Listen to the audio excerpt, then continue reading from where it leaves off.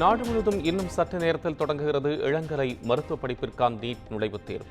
பல்வேறு கட்டுப்பாடுகள் விதிக்கப்பட்டுள்ள நிலையில் பலத்த சோதனைக்கு பின் மாணவர்கள் அனுமதி.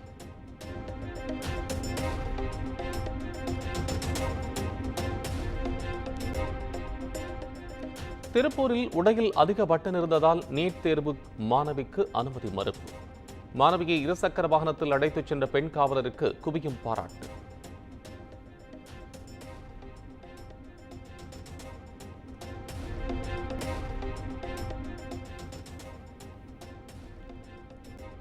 நீட் தேர்வை நடத்தியே தீர்வோம் என மத்திய அரசு பிடிவாதம் பிடிப்பது நியாயமல்ல. தேர்வு எதற்காக என்பதை தெரியாமல் மத்திய அரசு நடத்துவதாகவும் அன்புமணி விமர்சனம்.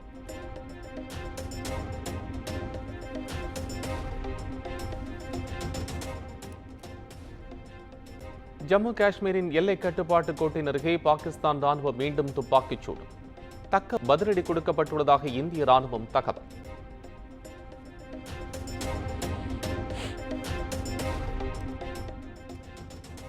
பிரதமர் மோடியுடன் இந்திய விமானப்படை தளபதி அமர்பிரீத் சிங் சந்திப்பு.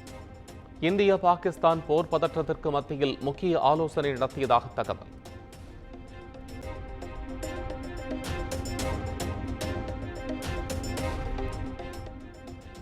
தங்கள் மீது போர் தொடுத்தால் இந்தியா மீது அணு ஆயுத தாக்குதல் நடத்துவோம். ரஷ்யாவுக்கான பாகிஸ்தான் தூதரின் எச்சரிக்கையால் பரபரப்பு.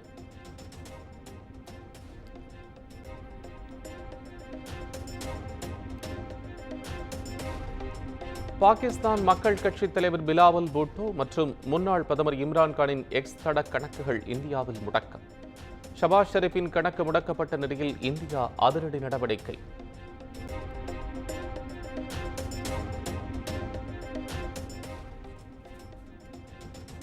இந்தியா போர் தொடுத்தால் தாங்கள் இங்கிலாந்து சென்று விடுவோம். இணையத்தில் வைரலாகும் பாகிஸ்தான் எம்பியின் வீடியோ.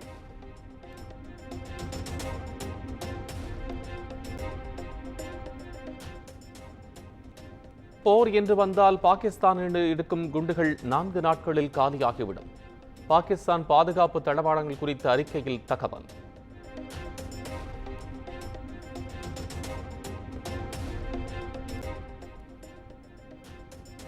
இந்திய கப்பல்கள் பாகிஸ்தானில் நுழைய தடை. இந்தியாவில் பாகிஸ்தான் கப்பல்களுக்கு தடை விதிக்கப்பட்ட நிலையில் பாகிஸ்தானும் நடவடிக்கை.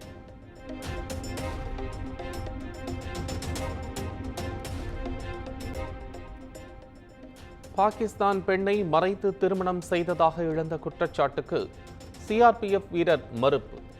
தலைமையகத்தில் ஒப்புதல் பெறப்பட்டே திருமணம் செய்ததாகவும் பரபரப்பு குற்றச்சாட்டு.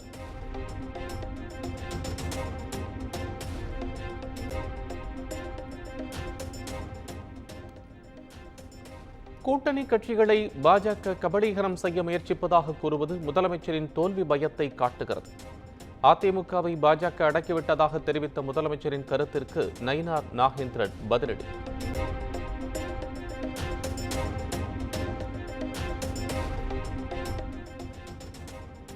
இடி வருமான வரித்துறை சோதனையை கண்டு திமுக அஞ்சவில்லை என வைகோ பேட்டி. பயம் என்பது திமுக அகராதியிலேயே கிடையாது என்றும் ஆவேசம்.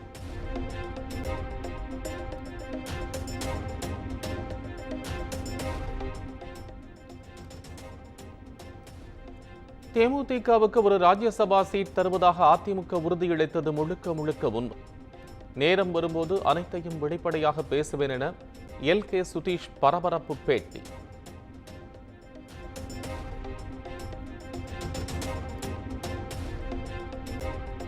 பாவேந்தர் பாரதிதாசன் பிறந்த நாளை ஒட்டி சென்னையில் நாளை தமிழ் வார விழா தொடக்கம்.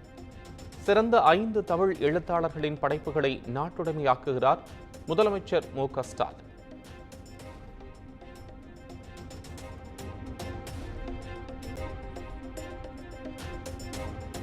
சென்னையில் டாஸ்மாக் கடையை மூடக்கோரி போராட்டத்தில் ஈடுபட்ட தாவேகவினர் மீது வழக்கு பதிவு. 3 பிரிவுகளின் கீழ் வழக்கு பதிவு செய்து அமைந்தகரை போலீசார் நடவடிக்கை.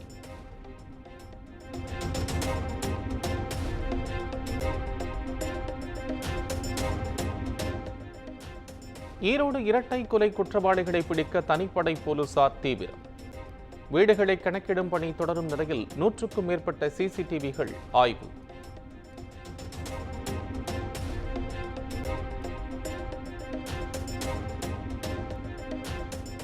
ஈரோடு கொலை சம்பவத்தை கண்டித்து தமிழக விவசாயிகள் சங்கத்தினர் போராட்டம். கொங்கு நாடு மக்கள் தேசிய கட்சியினர் உட்பட 200க்கும் மேற்பட்டோர் அரசுக்கு எதிராக கண்டன முழக்கம்.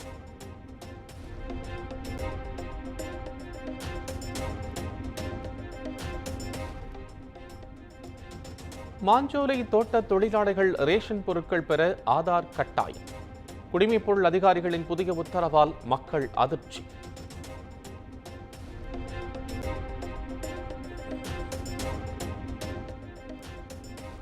விருதுநகர் மாவட்டம் காரியாபட்டி அருகே தந்தை கொலை வழக்கில் திடீர் திருப்பம். காதலுக்கு எதிர்ப்பு தெரிவித்ததால் தந்தையை கொன்றதாக மகன் பரபரப்பு வாக்குமூலம்.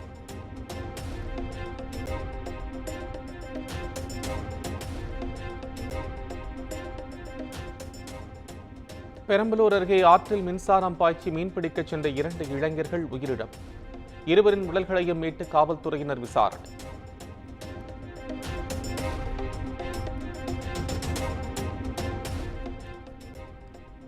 திருவாரூர் அருகே அரசு பேருந்து ஓம்னி வேன் நேருக்கு நேர் மோதி விபத்து. வேளாங்கண்ணிக்கு சுற்றுலா வந்த 4 பேர் சம்பவ இடத்திலேயே உயிரிழந்த சோகம்.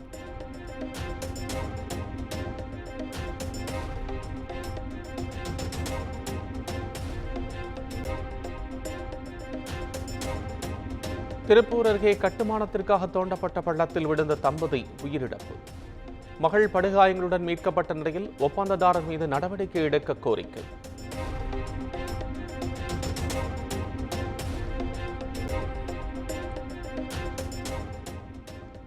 திண்டுக்கல் மாவட்டம் ஒட்டஞ்சத்திரம் அருகே சூறாவளி காற்றுடன் கொட்டி தீர்த்த கனமழை. அறுவடைக்கு தயாராக இருந்த 2000 வாழை மரங்கள் சேதமடைந்ததால் விவசாயிகள் கவலை.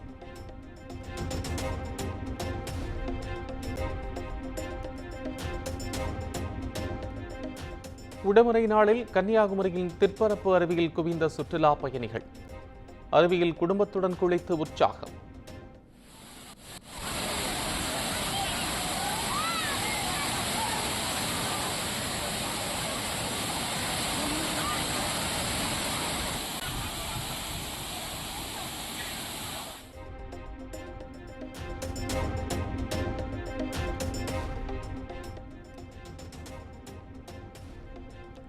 நெல்லை பாபநாச சுவாமி, காரைக்கால் அம்மையார் உள்ளிட்ட பல்வேறு கோயில்களில் குடமுழுக்கு விழா கோலாகலம்.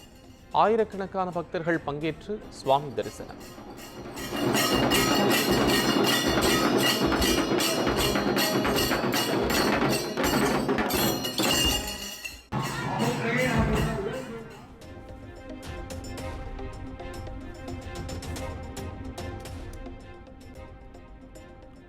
கேதார்நாத்தை தொடர்ந்து பத்ரிநாத் கோயில் நடை திறப்பு. பக்தர்களுக்கு ஹெலிகாப்டரில் மலர் தூவி வரவேற்பு.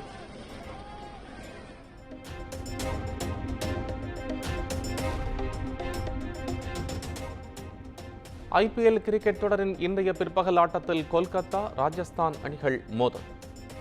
மாலை 7:30 மணிக்கு நடைபெறும் போட்டியில் பஞ்சாபை எதிர்கொள்கிறது லக்னோ.